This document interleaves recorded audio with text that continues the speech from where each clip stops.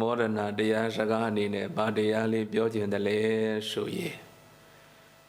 ဒီကနေ့ပြုလုပ်တဲ့ကုသိုလ်ကောင်းမှုဟာယဟန်ကံပပ္ပစိတမင်္ဂလာကုသိုလ်ကောင်းမှုပဲဖြစ်တယ်အဲ့တော့ဒီကုသိုလ်ကောင်းမှုဟာအလွန်တရာမှမြတ်နိုးသလိုအလွန်တရာမှလည်းထူးခြားသလိုမြတ်စွာဘုရားသာသနာနဲ့ဆက်ဆက်ပြီးတော့မှလုပ်ခွင့်ရတဲ့ကုသိုလ်ကောင်းမှုတစ်ခုပဲအဲ့တော့ဒီကုသိုလ်ကောင်းမှုကိုပြုလုပ်ခွင့်ရတဲ့အခါမှာပပ္ပစိတမင်္ဂလာဆိုတာလူပေါင်းကနေဖက်ခွာပြီးတော့မှမြတ်စွာဘုရားရဲ့သားတော်ဖြစ်နေခံယူပြီးတော့သာသနာပေါင်းတို့တက်ရောက်တဲ့မင်္ဂလာပဲဖြစ်တယ်ဒါကြောင့်သူ့မှာစိတ်နေစိတ်ထားတွေဘုံဘုံတို့ရှိတယ်ပပ္ပစိတမင်္ဂလာကိုပြုလုပ်ကြပြီဆိုလို့ရှိရင်ခေတ္တခဏဒုံလဘဝတ္တာပဲဖြစ်ဖြစ်ဟလာအဘိပိုင်ဝတ္တာပဲဖြစ်ဖြစ်ပပ္ပစိတမင်္ဂလာရဲ့စိတ်နေစိတ်ထားကတန်တာရဝတ္တဒုက္ခတော်မောဇနထာယပပ္ပစ္စံယာသာမိတန်တရားဝိရှင်ရဲ့ကြီးကိုကြောက်လွန်းလို့ယွန်းလွန်းလို့မုန်းလွန်းလို့၎င်းတန်တရားဝိရှင်ရဲ့အဆုံးဖြစ်တဲ့နိဗ္ဗာန်ကိုမျက်မှောက်ပြုနိုင်ပါခြင်းအကျိုးငါပပ္ပစိတမင်္ဂလာလို့ခေါ်တဲ့ယဟန်ခံရှင်ပြုတဲ့ကုသိုလ်ကောင်းမှုကိုပြုလုပ်ခြင်းဖြစ်တယ်အဲ့တော့ဒီကုသိုလ်ကောင်းမှုရဲ့စိတ်နေစိတ်ဓာတ်ဟာနိက္ခမပါရမီပေါ်မှာမူတည်နေတယ်ပေါ့ဓက္ခံအနေနဲ့ကြည့်မယ်ဆိုရင်နိက္ခမပါရမီဓက္ခံရှိရတယ်နည်းနည်းလေးပဲရှိရှိများများကြီးပဲရှိရှိပေါ့နိက္ခမပါရီဓက္ခံမရှိပါဘဲနဲ့ကုသိုလ်ကောင်းမှုပြုလုပ်လို့မရဘူးတန်တရားဝိဆင်းရဲကြီးကိုကြောင်းရင်းတဲ့စိတ်တန်တရားဝိဆင်းရဲကြီးကိုယုံမုန်းတဲ့စိတ်ဒါကြောင့်ဘုံဘုံကဒီကနေ့ဒီကုသိုလ်ကောင်းမှုနဲ့ပတ်သက်ပြီးတော့မှကြုံရရှုံရဘုံဘဝမှာတန်တရားဝိရှင်ရဲ့ဒုက္ခကိုအခြေခံပြီးတော့မှမှတ်သားဝေရတံဝေကကထာတရားစကားကိုဘုံဘုံကပြောကြားပေးမှာပါအဲ့တော့တန်တရားဆိုတာအကျဉ်းချင်းအဖန်ဖန်အထက်ထက်လဲပတ်နေတဲ့ဟလာသဘောတရားကြီးကိုတန်တရားလို့ခေါ်တယ်ဒါကိုနားလည်ရမယ်နော်တန်တရားဆိုတာဗါတဲ့တော့အကျဉ်းချင်းအဖန်ဖန်ထက်ထက်လဲပတ်နေတဲ့သဘောတရားကြီးအဲ့တော့ဒါကိုလေးလေးနက်နက်ဘုံဘုံလို့စဉ်းစားနိုင်မယ်ဆိုရင်တန်တရားဆိုတာအတော်ကြောက်စရာကောင်းသွားပြီအချင်းချင်းအပန်ပန်အတက်တက်လည်းပဲနိုင်တာဖြစ်တဲ့အတွက်ကြောင့်တန်တရားဟာအဆုံးမရှိတော့ဘူးစားတဲ့သဘောတရားလည်းမရှိဘူးဆုံးတဲ့သဘောတရားလည်းမရှိတော့ဘူးပေါ့အချင်းချင်းအပန်ပန်အတက်တက်တန်တရားထဲမှာလည်းပတ်နေတဲ့သဘောတရားကြီးတစ်ခုဖြစ်နေတာဖြစ်တဲ့အတွက်ကြောင့်ဘယ်သောအခါကာလမှာဆုံးတဲ့အနေအထားမျိုးမရှိတော့ဘူးဒါပေမဲ့မြတ်စွာဘုရားကမပြောတော့လာတော်ဝါရီရဲ့အတန်တမှာရှိနေတဲ့အကုသိုလ်အညစ်အကြေးတွေကိုဖယ်ရှားလိုက်နိုင်မယ်ဆိုရင်အဝိဇ္ဇာတဏှာအစရှိတဲ့ကိုယ့်ရဲ့အတန်တမှာမူလနှစ်ဖြာလို့ခေါ်တဲ့အကုသိုလ်တရားတွေကိုဖယ်ရှားလိုက်နိုင်မယ်ဆိုလို့ရှိရင်တန်တရားရဲ့အဆုံးဖြစ်တဲ့နိဗ္ဗာန်ကိုရောက်နိုင်ပါတယ်အဲ့တော့တန်တရားဝိရှင်ရဲ့ကြီးတဲ့ကလွတ်မြောက်ဖို့တန်တရားဝိရှင်ရဲ့အဆုံးကိုမျက်မှောက်ပြုဖို့ဆိုရင်တော့ကိလေသာအညစ်အကြေးတွေကိုမလုပ်ရမလဲဖယ်ရှားရမယ်မိမိရဲ့တဏ္ဍာမှာရှိနေတဲ့လောဘဒေါသမောဟအစရှိတဲ့ကိလေသာ7ပါး14ပါး1500ကိလေသာတွေကိုမပယ်မရှားနိုင်ပါပဲနဲ့တော့တန်တရားဝိရှင်ရဲ့အဆုံးဖြစ်တဲ့နိဗ္ဗာန်ကိုမရောက်နိုင်တော့ဘူးဒါတော့စဉ်းစားကြည့်မယ်ဆိုရင်တရားဝါတွေဟာဖယ်ရှားဖို့ရအလွန်ခဲယဉ်ကြတယ်မြတ်စွာဘုရားဟောကြားထားသလိုပဲပေါ့မုတ်ဆိုးရဲ့ပိုက်ကုံတွင်းကလွတ်တဲ့တာငယ်တိရစ္ဆာန်ဆိုတာရှားပါတယ်လို့ပဲတဲ့တန်တရားဝိရှင်ရဲ့ကလွတ်တဲ့တရားဝါဆိုတာလည်းအင်မတန်ရှားတယ်။ဘာကြောင့်လဲဆိုတော့အဝိဇ္ဇာကသစ္စာလေးပါးမသိအောင်ပုံထားတဲ့တဏှာကချော့ထားတဲ့ဒိဋ္ဌိကငါသားငါသမီးစသည်အဖြစ်တန်ရောစဉ်တရားတွေနဲ့ချီနှောင်တုပ်ပွက်ပြီးတော့တန်တရားထဲမှာလက်ပတ်နေတာဖြစ်တဲ့အတွက်ကြောင့်တန်တရားဝိရှင်ရဲ့အဆုံးဖြစ်တဲ့နိဗ္ဗာန်ကိုရောက်နိုင်ခဲ့တယ်။ရောက်ဖို့ရခဲရင်းတယ်ပေါ့နော်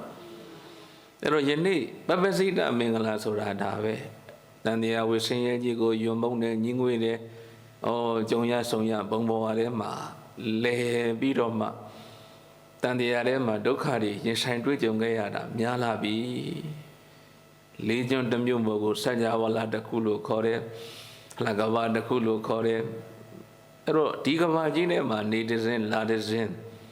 ကာမက7ဘုံယူပဗြဟ္မာအယူပဗြဟ္မာက20 30ဘုံဒါကိုကြည့်လိုက်မယ်ဆိုရင် လာတတော်ဝါတွေကအဲ့ဒီ32ပုံအတွင်းမှာဘာဖြစ်နေတာတော့လဲပတ်နေကြတယ်အဲ့ဒီ32ပုံအတွင်းမှာလဲသုတ္တဝါဒ9ပုံချမ်းဟလာအနာဂံဟလာမြမကြီးတွေယဟနာမြမကြီးတွေနေကြတဲ့သုတ္တဝါဒ9ပုံချမ်းကျန်တဲ့26ပုံမှာတော့ခြေရာရှုံပြီးတော့မှတန်တရားထဲမှာပြေးလွှားကျင်လေခဲ့ကြရပြီမြတ်စွာဘုရားဒီလိုပြောတယ်နော်အဲ့တော့၄ကျွန်းတစ်မြို့မို့ကိုစัจ java လာတစ်ခုဟလာကဘာတစ်ခုလို့သတ်မှတ်ထားတဲ့ဒီအတိုင်းဓာတ်ထဲမှာသုတ္တဝါဒ9ပုံကိုခြံပြီးတော့ကျန်တဲ့26ပုံမှာတော့ခြေရာချင်းရှုံခဲ့လာပြီအဲ့တော့ခြေရာချင်းရှုံခဲ့တဲ့ထဲမှာလေတဲ့လူတုဂတိဘဝနတ်တုဂတိဘဝဗြဟ္မာတုဂတိဘဝရတာကနေတယ်လာအပယ်၄ပါးဘဝတွေကပို့ပြီးတော့ဘာဖြစ်တော့များတယ်မရေမတွက်နိုင်အောင်လို့လာအပယ်၄ပါးဒုက္ခတွေနဲ့တန်တရားဝိဆင်းရဲတစ်ချောင်းမှာကျင်လည်ခဲ့ရပြီအဲ့ဒါကြုံရရှုံရဘုံဘဝရဲ့ဒုက္ခတရားတွေပဲဖြစ်တယ်အခုဘုံဘုံတော်ယနေ့ကုသိုလ်ရှင်တွေအားလုံးသောယောဂီတော်စင်တို့ဟာမိမိတို့ရဲ့တဏ္ဍမှာအကုသိုလ်တရားတွေဟလာအညစ်အကြေးတရားတွေဟလာအဝိဇ္ဇာတရားတွေဟလာတဏှာတရားတွေကိုဖယ်ရှားနိုင်ခြင်းမရှိသေးဘူးဆိုလို့ရှိရင်26ပုံထဲမှာသွားကြရအောင်ပါနော်ဟလာအပယ်၄ပါးတို့ဒီမိမိတို့ရဲ့အမြဲနေရာဟလာအင်္ဂေယပဲ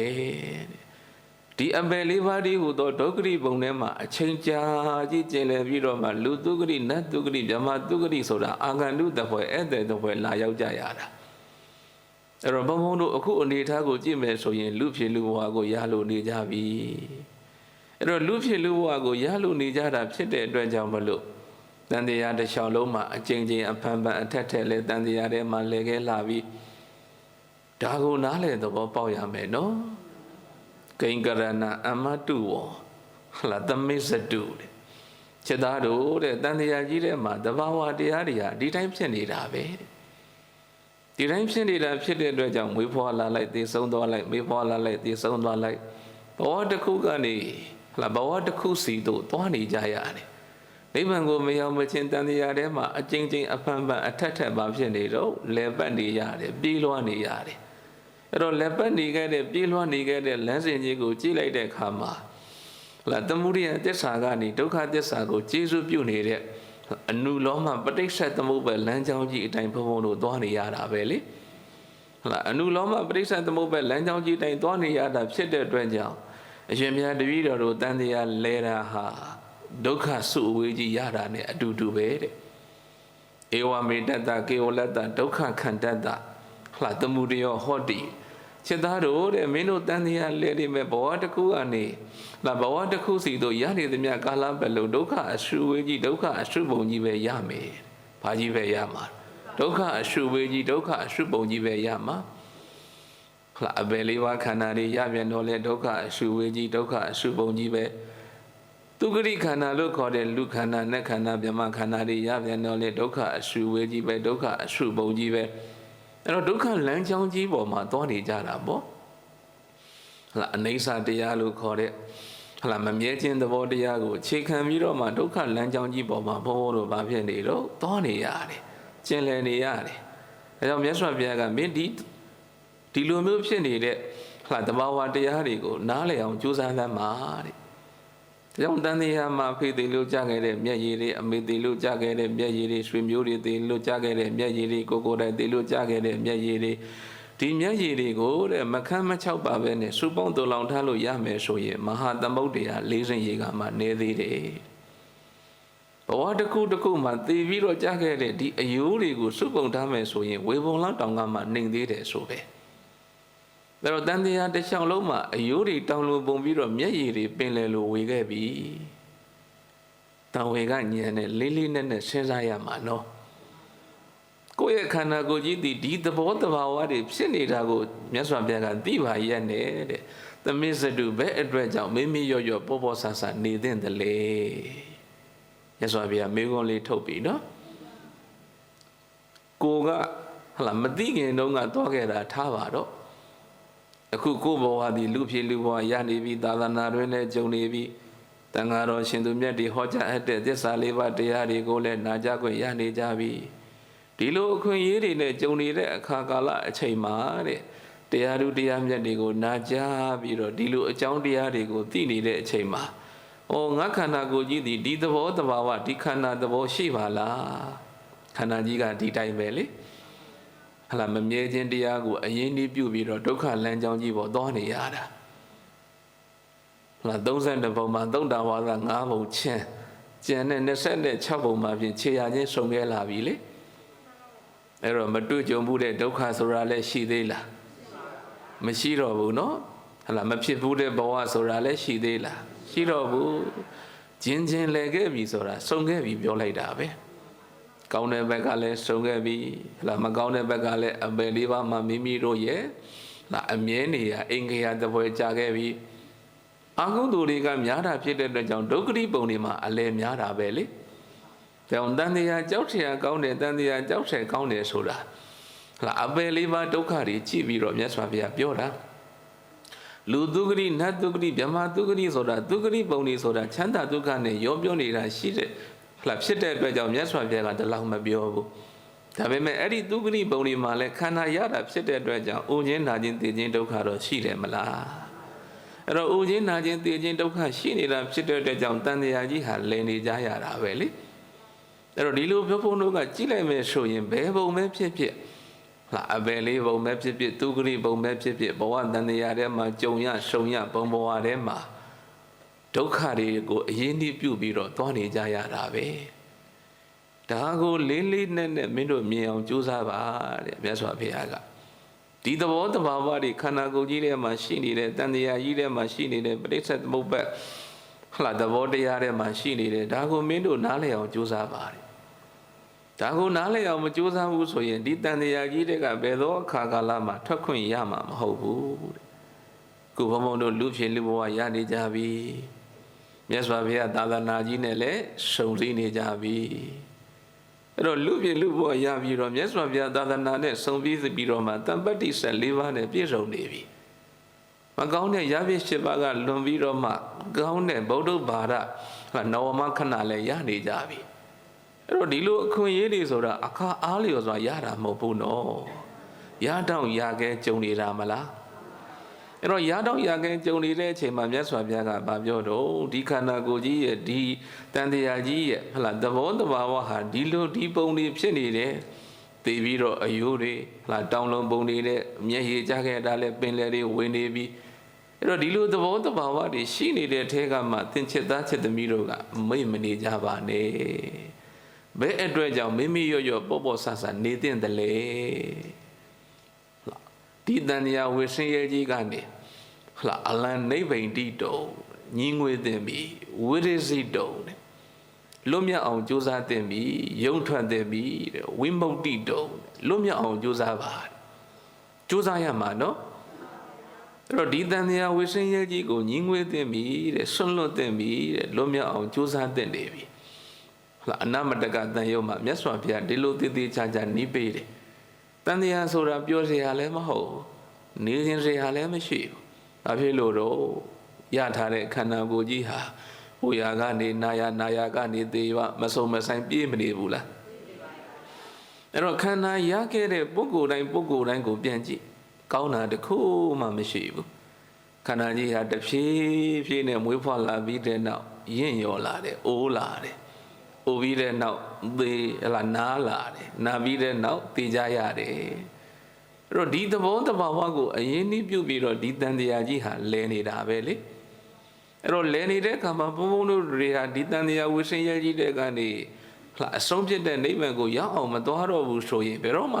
ဆုံးမှာမဟုတ်တော့ဘူးအလူလောမပရိစ္ဆေသမုပ္ပါဒေသနာတော်ကြီးထဲမှာမသိမှုအဝိဇ္ဇာကစပြုမြမှုသင်္ခါရကိုကျေစုပြုပရိသန္တိဝိညာဉ်တွေနေရနာယုတ်တွေရကြတလာယရဏတွေရကြမျက်စိနားတစ်ကောင်လျာကိုစိတ်လို့ခေါ်တဲ့တန်တရားချက်တဲ့တလာယရဏ6ပါးတွေရှိကြဖသကဒုတိပေးတော့ဝေဒနာတွေနဲ့ခံစားကြတဏှာတွေနဲ့လိုချင်နှစ်သက်ကြဥပါဒဏ်နဲ့ဆွဲလန်းကြကာမဘဝတွေအားထုတ်ကြ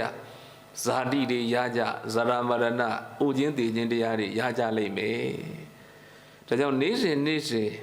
ကိုယ့်ရဲ့တဏ္ဍာမှာကိုအားထုတ်နေတဲ့ဝိပဿနာဉာဏ်တွေပဲဖြစ်ဖြစ်တံဝေကဉာဏ်တွေပဲဖြစ်ဖြစ်ယဉ်တန်ခြင်းနဲ့ဆိုရင် မဖြစ်မနေကိုယ့်ရဲ့တဏ္ဍာမှာဖြစ်ပေါ်နေတဲ့ပြစ္ဆုတ်ပံပရိစ္ဆေသမုပ္ပါဒ်သုံးဖို့ခန္ဓာဖြစ်ရှင်ကြီးကိုနေ့စဉ်ပွားများအားထုတ်ရမယ်နားလည်တယ်နော်အဲ့တော့နေ့တိုင်းပရိစ္ဆေသမုပ္ပါဒ်အင်္ဂါ12ပါးကိုတည်တည်ချာချာလေးလေးနက်နက်စဉ်းစားပါမသိမှုအဝိဇ္ဇာကြောင့်ပြုပြင်မှုသင်္ခါရတရားတွေအားထုတ်တယ်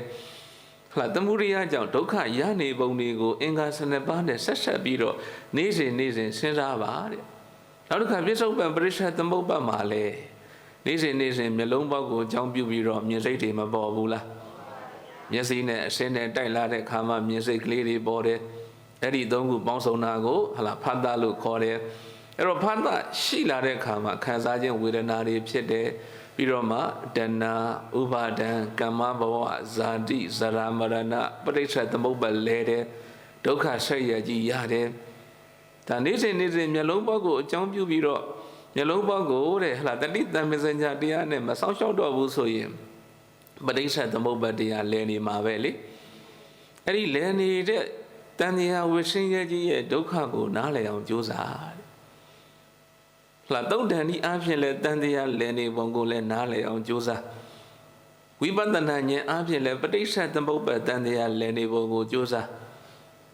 သုတ်တန်ဒီအားဖြင့်စဉ်းစားကြည့်လိုက်မယ်ဆိုရင်မသိမှုပဲကစတော့အဝိဇ္ဇာကစတဲ့ပြုပြင်မှုသင်္ခါရတရားတွေအားထုတ်တယ်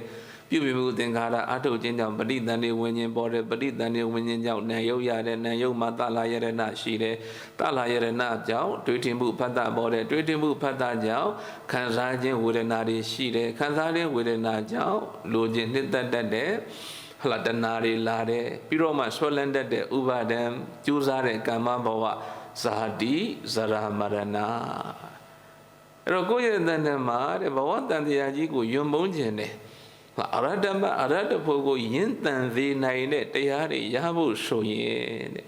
နေ့စဉ်ပဋိစ္စသမုပ္ပါဒ်တရားကိုစဉ်းစားဆင်ခြင်သုံးသပ်ရမယ်တဲ့အဲ့တော့ကိုယ့်ဘာကိုမေးကြည့်ပေါ့ယနေ့ဒုဒကာဓမ္မတွေသဗ္ဗညုတဉာဏ်တော်သခင်ဖြစ်တဲ့မြတ်စွာဘုရားရှင်ကိုတော်မြတ်ကြီးတော်နေ့စဉ်တန်တရားဝိဆင်းရဲ့ချုပ်ကြောင်းနဲ့တန်တရားဝိဆင်းရဲ့လဲကြောင်းဖြစ်တဲ့ပဋိစ္စသမုပ္ပါဒ်အနုလောမနဲ့ပတိလောမဒေသနာတော်ကြီးကို3ချိန်3ခါစဉ်းစားဆင်ခြင်ရွတ်ဖတ်တယ်တရားအလုံးကိုသိတယ်မြတ်စွာဘုရားနော်တရားအလုံးကိုသိတဲ့သဗ္ဗညုမြတ်စွာဘုရားဒီပင်လျက်နေ့စဉ်ပဋိစ္စသမုပ္ပါဒ်ကိုမလုပ်တဲ့တော့စဉ်းစားဆင်ခြင်သုံးသပ်တယ်ဒါဖြင့်ဒုဒကာဓမ္မတွေကမေ့နေလို့မတော်ဘူးပေါ့ကိုမေးကြည့်နော်ဒါကြောင့်ဘုံကကိုနဲ့ယဉ်နီးတဲ့ဒကာဓမ္မတွေဆိုမေးလေရှိတယ်ပဋိစ္စသမုပ္ပါဒ်တရားတွေစဉ်းစားဆင်ခြင်ရဲ့လားအဲ့တော့ပဋိစ္စသမုပ္ပါဒ်သဘောတရားကိုမသိပါပဲနဲ့တံဝေကဉာဏ်ဆိုတာမရနိုင်ဘူးလေအဲ့တော့တံဝေကဉာဏ်မရှိပါပဲနဲ့ဂံဗီရဉာဏ်ဆိုတာလည်းမရနိုင်ဘူးအဲ့ဒီတံဝေကဉာဏ်ရဲ့ဂံဗီရဉာဏ်ရဲ့ဂံဗီရဉာဏ်ဆိုတာလေးလေးနက်နက်မြင်တာပေါ်ဆဆမဟုတ်တော့ဘူးတွေ့ကြုံနေတဲ့အာယုန်တစ်ခုပေါ်မှာလေးလေးနက်နက်မြင်တယ်ထိုးထွင်းပြီးတော့မြင်တယ်ဒုက္ခသစ္စာကိုမြင်တယ်အနိစ္စတရားကိုမြင်တယ်အနတ္တတရားကိုမြင်တယ်လက္ခဏာကြီးသုံးပါးကိုမြင်တယ်ဒီပေါ်မှာသူကလေးလေးနက်နက်ထိုးထွင်းပြီးတော့မြင်တာဂံဗီရဉာဏ်အဲ့ဒီဂံဗီရဉာဏ်ကလည်းဒီတိုင်းဖြစ်တာမဟုတ်ဘူးတံဝေကဉာဏ်ဖြစ်မှာအဲ့ဒီတံဝေကဉာဏ်ကလည်းကိုယ်တန်လာတရားလဲနေတဲ့ပဋိစ္စသမုပ္ပါဒ်အနုလောမဒေသနာတော်ကိုအချင်းချင်းအဖန်ဖန်အထက်ထက်ပွားများအထုတ်ပြီးတော့မှလေ့လာလိုက်မယ်ဆိုရင်တံဝေကဉာဏ်တွေရလာမှာပဲပဋိစ္စသမုပ္ပါဒ်ကိုစဉ်းစားကြည့်လိုက်တဲ့အခါကျတော့ပဋိစ္စသမုပ္ပါဒ်ဆိုတာတန်တရားကိုပြနေတာမလားပဋိစ္စသမုပ္ပါဒ်ဒေသနာကတန်တရားလဲချောင်းကိုပြနေတာတန်တရားလေချောင်းကိုပြပြီးတော့နောက်ပိတ်ဆုံးကျတော့ဒုက္ခအရှုဝင်းကြီးဒုက္ခအရှုပုံကြီးရလိမ့်မယ်ဆိုတော့ဒုက္ခသစ္စာကိုလည်းပြတယ်သမုဒိယသစ္စာကိုလည်းပြတယ်အဲ့တော့ဒီသစ္စာနှစ်ခုလည်းပတ်နေပုံကိုနားလည်သဘောပေါက်သွားမယ်ဆိုရင်ငါရဲ့တဏ္ဍာမှာသမုဒိယနဲ့ဒုက္ခဒီသစ္စာနှစ်ခုပဲလဲနေတာပါလားအဝိဇ္ဇာတဏှာလို့ခေါ်တဲ့ကိလေသာအကြောင်းတရားသစ္စာတွေရှိခဲ့တာဖြစ်တဲ့အတွက်ကြောင့်ဝိညာဉ်နဲ့ယုတ်တလာယရဏဖတ်တာဝေဒနာလို့ခေါ်တဲ့ဒုက္ခသစ္စာတရားတွေရကြတယ်အခုဘုံဘုံပြောနေတဲ့တရားကမြတ်စွာဘုရားနေတိုင်းမှာလောက်တာတော့စဉ်းစားဆင်ခြင်တဲ့တရားဘုံဘုံတို့လည်းအားရင်အားတယ်လို့စဉ်းစားဆင်ခြင်တယ်အဲ့တော့စဉ်းစားဆင်ခြင်လိုက်တဲ့အခါကျတော့တန်တရားဖြစ်ပုံကြီးကိုသိမလာရဘူးလားတန်တရားပဲကစတော့အဝိဇ္ဇာကစတယ်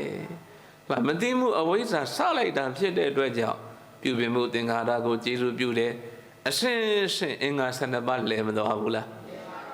အဲ့တော့အင်္ဂါ12ပါးလဲနေတာနိဗ္ဗာန်မရောက်မချင်းမလုပ်နေတာလဲနေတာဆုံးတယ်လို့ရှိသေးရဲ့လားအဆုံးကိုမရှိတော့ဘူးဒီထဲမှာလဲနေပြီကင်္ဂါဝလူတဲဆုမြတ်မကပွင့်သွားကြပြီအနန္တဆက်ကြဝဠာမရည်နိုင်တော့ဘူးကဘာတွေဖြစ်လိုက်ပြက်လိုက်ဖြစ်လိုက်ပြက်လိုက်နဲ့မရည်နိုင်တော့အဲ့တော့စဉ်းစားကြည့်မယ်ဆိုရင်ဒုဒကဓမ္မတွေဖုံဖုံလို့တွေကျွတ်တန်းဝင်ဖို့ကောင်းနေပြီဒါပေမဲ့ကျွတ်တန်းဝင်ခွင့်မရကြသေးဘူးအိုတဲ့နာတဲ့သိတဲ့ယုံနဲ့ခန္ဓာကြီးပဲရှိနေကြသေးတယ်ယုံနဲ့ခန္ဓာကြီးနဲ့အတူတကွနေနေရသေးတယ်ဒုက္ခဆက်ရကြီးလဲနေရသေးတယ်ဒုက္ခလမ်းကြောင်းကြီးပေါ်ရှောင်နေရသေးတယ်အနိစ္စတရားတွေနဲ့ဆက်ဆံနေရသေးတယ်ဒါဘာကြောင့်ဒီလိုဖြစ်နေတာလဲလို့မေးရင်မသိမှုအဝိဇ္ဇာကဖုံးထားပြီးတော့တဏှာကချော့ထားတာဖြစ်တဲ့အတွက်ကြောင့်လဲနေတာကိုလဲနေမှန်းကိုမသိဘူးဟုတ်တယ်မလားအဲ့တော့လဲနေတာကိုလဲနေမှန်းမသိပါပဲနဲ့ဒိဋ္ဌိတန်ရောစဉ်ဝိသိကိစ္စတန်ရောစဉ်အစရှိတဲ့တန်ရောစဉ်10ပါးကဒုဒကဓမ္မတွေကိုဘဝတန်တရားထဲမှာချီနှောင်တုပ်ဖွဲ့ထားလိုက်တယ်အဲ့တော့ချီနှောင်တုပ်ဖွဲ့ထားလိုက်တဲ့အခါကျတော့ကိုယ်လဲနေတဲ့ဒီသဘောတဘာဝကြီးကနေပြီးတော့ရုံးထွက်ရကောင်းမှလည်းမသိတော့ဘူးလွတ်အောင်ရုံးအောင်ကောင်းမှလည်းမသိတော့ဒါဘာဖြစ်လို့ဒီလိုဖြစ်ရတာလဲလို့မေးနေလဲတာကိုမသိလို့ပေါ့ပဋိစ္စသမုပ္ပါဒ်ရဲ့သဘောတဘာဝလဲနေတဲ့အတိုင်းအတာတစ်ခုကိုမသိလို့ဒီလိုဖြစ်နေရတာဒါကြောင့်နာနာကြက်ကြက်ပဋိစ္စသမုပ္ပါဒ်ကိုစဉ်းစားကြည့်မသိမှုအဝိဇ္ဇာကြောင့်သင်္ခါရတရားဖြစ်တယ်သင်္ခါရတရားကြောင့်ဝိညာဉ်နဲ့ရုပ်သလယရဏဖတ်တာဖြစ်တယ်တဏှာဥပါဒံကိုကျေစုပြုတယ်ဇာတိဇရာမရဏရကြတယ်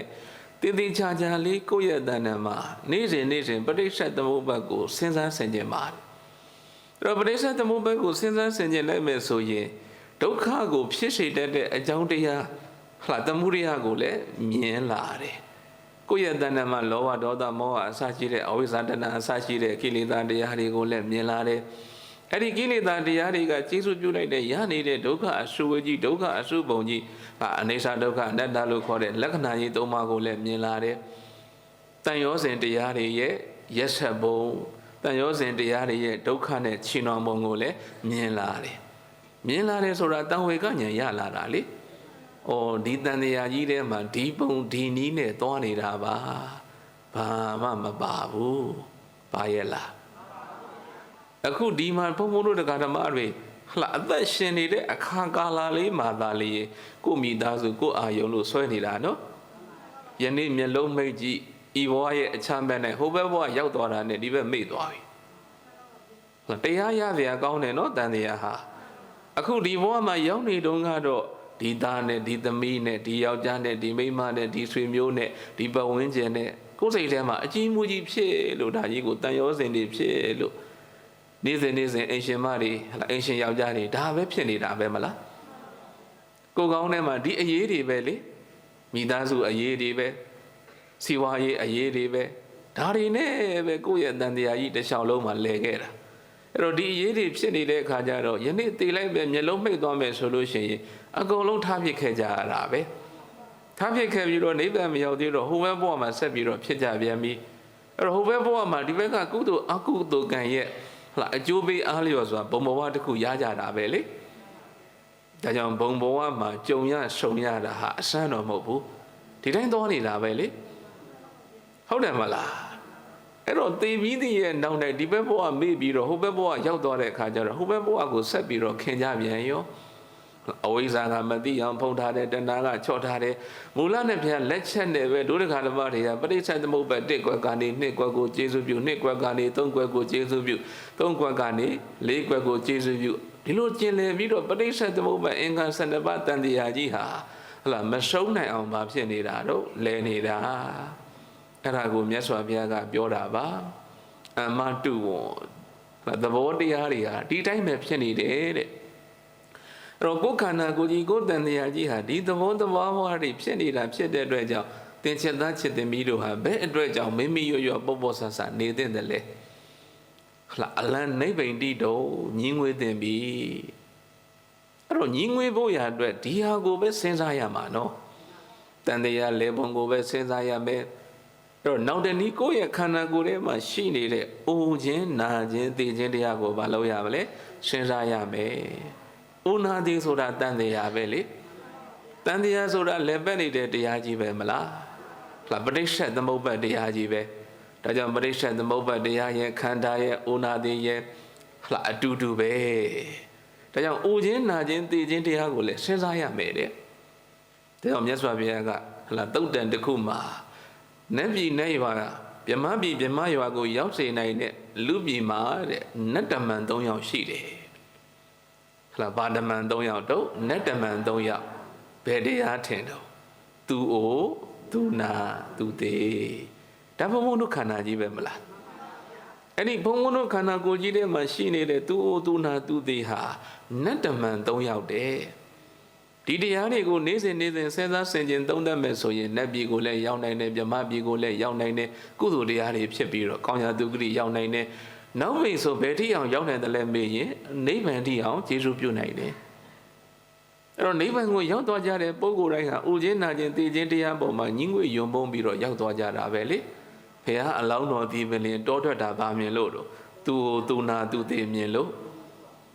အဲ့တော့နေ့စဉ်ကိုယ်ခန္ဓာကိုယ်ကြီးသည်အိုခြင်းသဘောရှိနေတယ်။နာခြင်းသဘောရှိနေတယ်၊သိခြင်းသဘောရှိနေတယ်အပိဏနေ့စဉ်မပြတ်ပစ္စောဝခိတပံစဉ်းစားဆင်ခြင်သုံးသပ်ပါတဲ့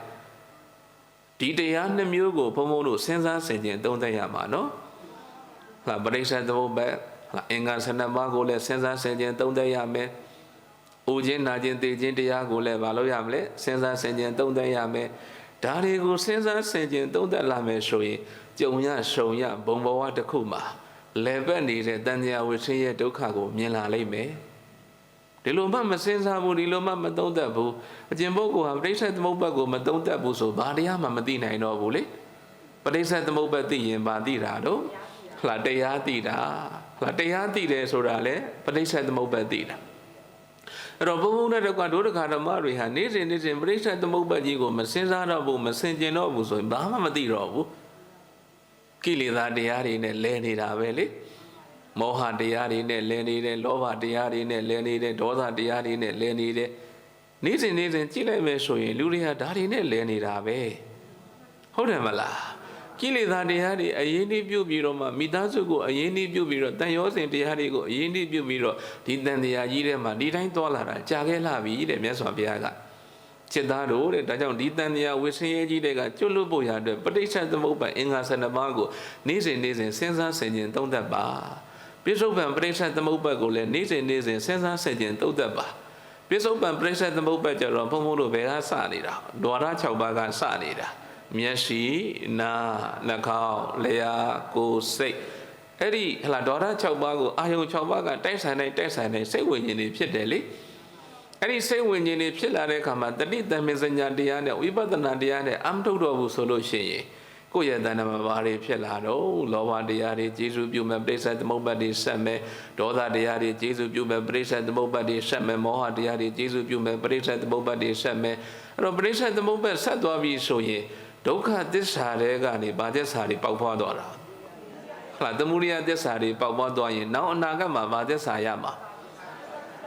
အဲ့တော့တန်တရားဆိုတာဘာသစ္စာနဲ့ဘာသစ္စာလဲနေတာသမုဒယသစ္စာနဲ့ဒုက္ခသစ္စာလဲနေတာလေးနဲ့စဉ်းစားပါအဲ့တော့လေးနဲ့စဉ်းစားတယ်ဆိုရင်မိသားစုဘဝမှာမတတ်တာလို့နေရတယ်ဆိုပေမဲ့ကုသိုလ်ကိုတော့မမေးတော့ဘူးပေါ့ဒီတရားတွေမသိဘူးဆိုလို့ရှိရင်လူတွေဟာဒီအာယုန်တွေနဲ့ပဲနေနေတာလေတခါလေဘုံဘုံတို့မိသားစုဘဝမှာကြည်လိုက်တယ်ဩဒီအဖေဒီအမေဒီမိသားစုဒီအာယုံကြီးနဲ့ပါလားဟုတ်တယ်မလားအဲ့တော့ဒီမိသားစုဒီအာယုံကြီးနဲ့ဆိုတော့ဘဘဟိုတနေ့ကဆုံးမတယ်လို့ပေါ့နော်မြတ်စွာဘုရားကဗာပြောတော့ငါသည်ဒီခန္ဓာကိုယ်ကြီးရဲ့ဓာတကျွန်လည်းမဟုတ်ဘူးတဲ့ငါသည်ဒီခန္ဓာကိုယ်ကြီးရဲ့ဗတ်တော်တဲ့အခိုင်းစေကူလီလည်းမဟုတ်ဘူးတဲ့အဲ့တော့ဒုဒကဓမ္မတွေကနေ့စဉ်ခန္ဓာကိုယ်ကြီးရဲ့ကျွန်လုံနေတာကူလီလုံနေတာမှန်ရဲ့လားဒါရည်သမီးစီးပွားရေးကြတော့ရှေ့တန်းကိုချင်းကိုလဲလို့ဟုတ်တယ်မလားအဲ့တော့နိဗ္ဗာန်ရောက်ကြောင်းဝိပဿနာအလုပ်ကြတော့လုံပါတယ်ဗျာဒါပေမဲ့ပေါ့မြောက်အောင်မလုပ်နိုင်ဘူးဒီဘက်ကြတော့ကိုယ့်ရဲ့စိတ်တွေကစုပ်နေနေတာလေ အဲ့ဒါကိုမြတ်စွာဘုရားကပြောတာငါဒီခန္ဓာကိုယ်ကြီးရဲ့ကျွန်လည်းမဟုတ်ဘူးငါဒီခန္ဓာကိုယ်ကြီးရဲ့ကိုယ်လီလည်းမဟုတ်ဘူးဟုတ်လားအခိုင်းစီလည်းမဟုတ်ဘူးအဲ့တော့တန်တရားတစ်ချောင်းလုံးမှာဒီခန္ဓာကိုယ်ကြီးကိုသူ့အလိုလိုက်သူ့အကြိုက်ပါခဲ့လို့သူ့အကြိုက်ဆောင်ခဲ့လို့တန်တရားလဲခဲ့တာလူတိုင်းဟာနိဗ္ဗာန်လိုချင်ကြတယ်ဟုတ်တယ်မလားသိတဲ့လူပဲဖြစ်ဖြစ်မသိတဲ့လူပဲဖြစ်ဖြစ်နိဗ္ဗာန်ဟာချမ်းသာလေလို့တော့သိတယ်လေအဲ့တော့ချမ်းသာတဲ့တရားမှန်သမျှကိုတရဝအလုံးဟာလိုချင်ကြတာပဲအဲ့တော့လိုချင်ကြတယ်ဆိုပေမဲ့ဒီခန္ဓာကိုယ်ကြီးချွဲခေါ်ရာကိုသူ့အလိုကြိုက်သူ့အလိုက်ပါပြီးတော့မှကိလေသာတရားတွေနဲ့ပျော်နေတယ်ကာမဂုဏ်တရားတွေနဲ့ပျော်နေတာဖြစ်တဲ့အတွက်ကြောင့်နိဗ္ဗာန်ကဝေးခဲ့တာဒါကြောင့်မြတ်စွာဘုရားကဘလို့ဆုံးမတော့ငါသည်စိတ်အလိုမလိုက်တော့ဘူးစိတ်သည်ငါအလိုလိုက်ရမယ်ဒီခန္ဓာကိုယ်ကြီးသည်ငါအလိုလိုက်ရမယ်ဒါကြောင့်မိမိကိုမိမိဆုံးမငါဒီခန္ဓာကိုယ်ကြီးရဲ့ကျွန်လည်းမဟုတ်ဘူးဒီခန္ဓာကိုယ်ကြီးရဲ့ကိုယ်လည်းမဟုတ်ဘူးလားအခိုင်းစိတ်လည်းမဟုတ်ဘူးလားအခုလိုမြတ်စွာဘုရားသာသနာနဲ့ကြုံနေတဲ့အချိန်လူဖြစ်လူဘဝရနေတဲ့အချိန်မှာမဖြစ်မနေတော့တဏှာဝိရှင်ရဲ့လွတ်ရဖြစ်တဲ့နိဗ္ဗာန်ကိုရအောင်ကြိုးစားရမယ်ကြိုးစားရမှာနော်အဲ့တော့ငယ်ရွယ်နေတဲ့အချိန်မှာမိသားစုနဲ့နေရတဲ့ဆိုပေမဲ့လားမယုံနိုင်သေးဘူးဆိုပေမဲ့ခေါင်းထဲမှာတော့ message လေးတစ်ခုထည့်ထားငါအသက်အရွယ်60ကျော်လာရင်65 60လောက်ရောက်လာရင်တော့လုံးသိမ်းပြီယုံသိမ်းပြီအဲ့ဒီအရွယ်မှာမယုံရင်တော့စင်သေးကြီးမိုက်လို့ပဲမဟာသမုဒ္ဒရာထဲမှာပျက်စီးမှာပဲဟုတ်တယ်မလားနိဗ္ဗာန်ဆိုတာဘုံဘုံတို့ကသွားတဲ့ပုံကိုယ်တွေရောက်တာမသွားတဲ့ပုံကိုယ်တွေမရောက်ဘူးတို့တက္ကဓမ္မတွေနိဗ္ဗာန်ကိုဘာကြောင့်မရောက်ခဲ့တယ်လဲလို့မေးရင်မသွားလို့ပေါ့အဖြေကရှင်းနေတာပဲဘုရားစကြည့်တဲ့အရိယာပေါင်းသူတော်ကောင်းတွေရှင်သာရိပုတ္တရာတွေရှင်မမောက္ကလန်တို့ညီတော်အနန္ဒတို့ရှင်မကတ္တဗတို့ရှင်နိဗ္ဗာန်တို့မထိန်မြတ်ကြီးတွေနိဗ္ဗာန်ရောက်သွားကြပြီဘာဖြစ်လို့ရောက်တာအဖြေကပုံနေပြီသွားရင်ရောက်မှာပဲမသွားရင်အဲ့တော့ဒုဒကဓမ္မတွေအခုဘလို့နေတော့သွားနေပါလေဟုတ်ရဲ့လားသွားလိုက်ရက်လိုက်နေမှာပါပဲပါတယ်တော့သွားလိုက်ရက်လိုက်ပဲဟလားသွားတယ်ဆိုတော့ရောက်အောင်သွားရလားရောက်အောင်သွားမှရောက်မှာနော်သွားတော့လေသွားနေကြတယ်သူတို့လားအားတဲ့အခါရိတ်သားလေးပြေးလာလိုက်တရားလေးအားထုတ်လိုက်ပြီးတဲ့အခါကျတော့ကိုယ်အိမ်လေးပြန်သွားလိုက်ကိုယ်အိမ်လေးပြန်တော့ရက်ကြပြီဟုတ်တယ်မလားအဲ့တော့ရက်လိုက်သွားလိုက်ဆိုရင်တော့ကြာတာပေါ့မရောက်တော့မဟုတ်ဘူးတော့ရောက်တော့ရောက်မှာပေါ့နော်ရက်နေတယ်ဆိုရင်မရောက်တော့ဘူးလေသွားနေမှရောက်မှာမလားအဲ့တော့နိဗ္ဗာန်သွားဖို့ရအတွက်ခြေလန်းတစ်ထောင်သွားရမယ်ဆိုရင်ခြေလန်းတစ်ထောင်လုံးမလုပ်အောင်သွားရမှာသွားမှသာလင်ရောက်မှာလေဒါကြောင့်တန်တရားတစ်ချောင်းလုံးမှာနိဗ္ဗာန်ကိုဘာကြောင့်မရောက်ခဲ့တာလဲမေးရင်မသွားခဲ့လို့ပါပဲအခုသွားတဲ့လမ်းကြောင်းကြီးပေါ်နေပြီပရိစ္ဆေသမုပ္ပါဒ်ကိုနေ့စဉ်စဉ်းစားဆင်ခြင်မှာဥခြင်းနာခြင်းသိခြင်းတရားကိုမလုပ်မလဲစဉ်းစားဆင်ခြင်မှာဒါရေးကြည့်တယ်နော်ဒီဉာဏ်မရှိတဲ့ပုဂ္ဂိုလ်ဟာတန်ဝေကဉာဏ်မရဘူးတန်ဝေကဉာဏ်မရတဲ့ပုဂ္ဂိုလ်ဟာဂမ္ဗီရဉာဏ်မဖြစ်ဘူးဂမ္ဗီရဉာဏ်မဖြစ်တဲ့ပုဂ္ဂိုလ်ဝိပဿနာဉာဏ်မရဘူးဝိပဿနာဉာဏ်မရတဲ့ပုဂ္ဂိုလ်ဟာနိဗ္ဗာန်ဉာဏ်မရဘူးနိဗ္ဗာန်ဉာဏ်မရတဲ့ပုဂ္ဂိုလ်ဟာဝိရာဂဉာဏ်မရဘူးတဏှာဝိဆင်းရဲတဲ့ကမလွတ်ဘူးဒါကြောင့်တဏှာဝိဆင်းရဲတဲ့ကလွတ်ဖို့ဉာဏ်စဉ်အစစ်စစ်ဖြစ်ပေါ်ဖို့ရာအတွက်တန်ဝေကဉာဏ်လိုတယ်အဲ့ဒီတန်ဝေကဝိတုဆိုတာပဋိစ္စသမုပ္ပါဒ်နဲ့ဥခြင်းနာခြင်းသိခြင်းသဘောတရားကိုနေ့စဉ်မလုပ်တာတော့ပွားများရှင်ခြင်းသုံးသပ်တာအဲ့တော့ဘုံဘုံပြောတာကိုမယုံရင်မြတ်စွာဘုရားပြောတာကိုမယုံရင်စမ်းသပ်ကြည့်နေ့စဉ်နော်အကြိမ်မှန်၃ချိန်လောက်ပဋိစ္စသမုပ္ပါဒ်သဘောတရားတွေကိုစဉ်းစားကြည့်ဥခြင်းနာခြင်းသဘောတရားတွေကိုစဉ်းစားကြည့်အဲ့တော့စဉ်းစားကြည့်မှများလာရင်သိကြတဲ့လူဟာဘာဖြစ်လာပြီတော့ရင့်တန်လာမယ်ဒီသဘာဝတရားတွေဒီသဘောတရားတွေပဲရှိတာပါလားတန်တရားထဲမှာသမုဒိယနဲ့ဒုက္ခပဲသွားနေတာပါလားဒုက္ခဆက်ရကြီးပေါ်မှာလဲနေတာပါလားဥခြင်းနာခြင်းသိခြင်းတရားတွေနဲ့သွားနေတာပါလားဒီသဘောဝါတွေကိုမြင်လာပြီဆိုရင်နောက်ပြေဆုံးဉာဏ်ဟာဘာဖြစ်လာရင့်ကျက်လာလိမ့်မယ်အဲ့တော့ရင့်ကျက်လာတဲ့အခါကျရင်မြတ်စွာဘုရားပြောသလိုပဲတဏှာဝိရှင်ရဲ့ကြီးတဲ့ကနေယွံမုံလာလိမ့်မယ်ဆွန့်လွတ်ချင်လာလိမ့်မယ်နောက်ပြေဆုံးကျတော့လွတ်မြောက်တဲ့ဉာဏ်တွေပေါ်လာလိမ့်မယ်ငါကိုလည်းရဲ့လားရှင်ကိုရှင်းရဲ့လား ဒါကြောင့်ဒီနေ့ကပပ္ပစိတ်တမင်္ဂလာကုသိုလ်ကောင်းမှုကိုအကြောင်းပြုပြီးတော့မှဘုံဘုံတို့လည်းပတ်နေတဲ့တန်တရားဝေရှင်ရဲ့ကြီးရဲ့အဆုံးကိုမျက်မှောက်ပြုနိုင်ဖို့ရအတွက်နေ့စဉ်ပရိစ္ဆေသမုပ္ပါသဘောတရားတွေကိုစဉ်းစားဆင်ခြင်ပါအိုခြင်းနာခြင်းသိခြင်းသဘောတရားတွေကိုစဉ်းစားဆင်ခြင်ပြီးတော့မှတံဝေခဉာဏ်ကနေဉာဏ်အစစ်စစ်တက်ပြီးတော့မှကိုယ့်ရဲ့တဏ္ဍာမှာနိဗ္ဗာန်ကိုရောက်အောင်ဉာဏ်အားဖြင့်ကိုယ်စီရှောင်လန်းနိုင်ကြပါစေကုန်သတည်း